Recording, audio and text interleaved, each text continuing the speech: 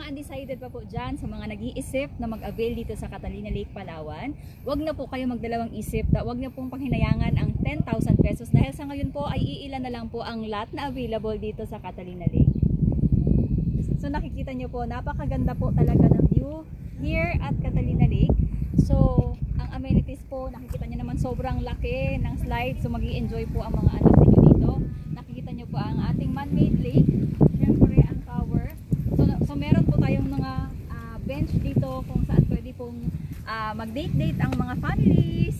So from here din po, tanaw din po natin ang Soto Grande, na isa rin po sa mga ino-offer po ni Santa Lucia. And syempre ang ating swimming pool and kiddie pool dito po sa ating amenities. So mga nag-iisip pa dyan, huwag na po kayo magdalawang isip talaga dahil napakaganda po dito sa Catalina Lake, Palawan.